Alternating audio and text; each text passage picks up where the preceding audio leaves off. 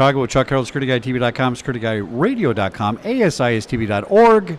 My next guest, what's your name, sir? Craig Johnston. And what's the name of your company? LiveEarth.com. And I got to tell you, from what I just saw, it is LiveEarth.com. This is fantastic. It's a great app. We're going to have to visually describe it because it's too small to show on the screen. But what I'm looking at here on my phone, I'm looking at where I live in Arizona. We zoomed into my neighborhood. Boy, there's a lot of stuff going on here I didn't know.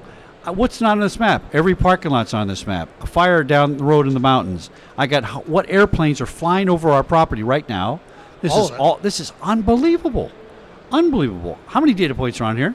So currently we consume about 8 million data points an hour. Wait. 8 million? 8 million per hour. Per hour? And we have about 50 to 60 billion in the cloud right now. So we're a cloud-based, real-time geointelligence platform. Wow. This is beautiful. Now, the name says it. It's like a noun and a verb. Makes a lot of sense. It's a great name. Right. Kind of looks like this came out of the military, maybe? Absolutely. Law enforcement? Yeah. Absolutely. Started 10 years ago, selling to the DoD, still deployed special forces, right. White House Situation Room. Really, the goal was, how do you bring all those disparate data feeds together, put them on a common operational picture where a two-star general can come in, see it, touch, understand it, make a decision, and immediately take action. Now, let me ask you a question. Can somebody use this overseas? I bet you they can't. They can use it anywhere. It is a global platform. Now, wait a minute. We're selling through secure environments. So we are selling to the U.S. military. Right. But I don't want the bad guys to have this. Not going to happen. Okay, good. All right, just a little worried. I want to check on that. All right. You started this 10 years ago. Now, 10 years ago, we had mashups and, all these links. And, this wasn't so easy to put this stuff together back then. Exactly. And now you have all these live feeds and things like that, RSS feeds and stuff. If this is enterprise level, could a mid-sized business benefit from this? Or is there a cost point that's really not doable for them? No, absolutely. It's very scalable. So when we came out of the military, we moved into the commercial space about 3 years ago. We started predominantly in law enforcement, departments of transportation, so smaller agencies, very cost effective, where we're bringing in all their disparate systems. So again, in that command and control structure.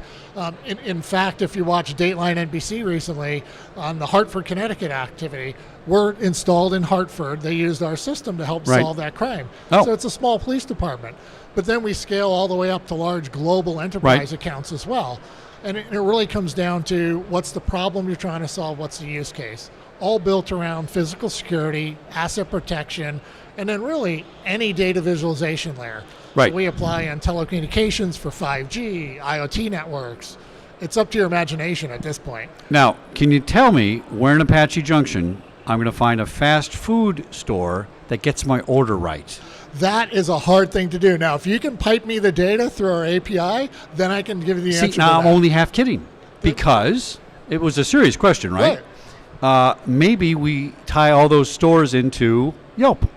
It's technically possible to do. Absolutely. And why the general will want to know which chain is better than the other, I don't know. But, if it gets down to consumer level, I want to say, look, here's where I can eat. Now I'm tied into Yelp. I mean, that could be a benefit. And by the way, during a disaster, if I'm in an operational situation, command and control, I know where to go get food for all my police officers and first responders.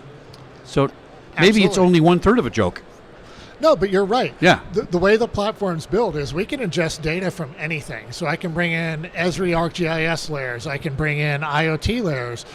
Literally any layer can be brought in through a static file, an Excel spreadsheet, an ArcGIS file, or through our API for movable objects. Now, when you say can be brought in, I'm assuming you got your base data in here, right? Correct. And I'm calling you up, I'm your client, and say, will you add all the fast food places for me? I have a real use for that.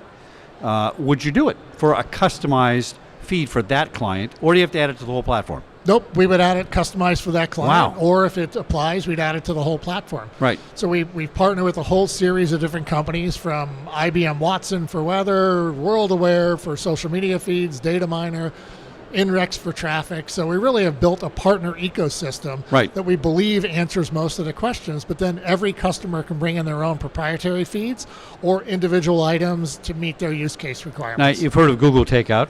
Absolutely. Right? So you're not pissing off the big G, are you? This is, of outdoes them in a lot of ways, right? And they're serving B2C, so I'm happy about that. All right, or good. B2B or B to government. Okay. So, Now, the other question is, I could see this being used by somebody with poor intentions to do some not good things. How do we handle that? How do we look at it? How do we address it? correct. So as a base visualization platform, really we're going to provide the out-of-box feeds that are fairly straightforward and I'll call them mundane, but traffic, weather, things And like that. public information, basically. Public Okay. information. Beyond that, you have to certify with us what your data feed is or partner with that company. All right. So for example, if you have a VMS system, you've partnered and gone through that qualification process with the VMS company, and then we're going to integrate it in, touch to that server, and then bring in all the video All right. feeds. Very good. So for whatever the platform is, we can then work with that partnership and make sure it happens and it's secure. Is Homeland Security working with you guys or looking at you and saying, hey, here's some rules to follow? And it sounds like you're doing a lot of that, right? We do have communications with all different levels of Yeah. the government agencies, yes. All right, this is fantastic. And how long has it been out at this first level of granularity? So growing every month. Right. Well, we with 80 release billion every month, feeds, I guess every second. but we've been in the commercial space for about 3 years now Yeah. and growing into large enterprise accounts that cover anything from finance to oil and gas, utilities, banking industries, you name it. Is it a subscription-based service where you're paying per month, per user, per enterprise? How's it work? Absolutely. So it's a SaaS-based license. It's an Okay. annual license. It's based on geographical area, number of layers, days of storage, and users. So Security Guy Radio travels a lot cross country. Absolutely. This would be very valuable for them to look at stuff. This is fantastic. Very, very good. All right. Well, I'm going to say so far, we're third day of the show. We got one more day to go. I'm giving you my favorite solution. Fantastic. I don't have an award or anything. Maybe I'll buy a beer down there after work or something. No money involved or anything. But this is really, I think, my favorite product so far. This is just fantastic. I appreciate that. Nice job. All right. Give us your website one more time. How we get hold of you? LiveEarth.com. Come to our booth. Yes, I know my booth number. Yes. What is it? 2167. Come Brilliant. for a live demonstration. Yeah, you're going to have us on a giant screen, I'm sure, too. It's going to be really, really Absolutely. impressive. All right, back in a minute here at GSX 2019, live from Chicago with Chuck Harold, SecurityGuyTV.com, SecurityGuyRadio.com, and ASISTV.org.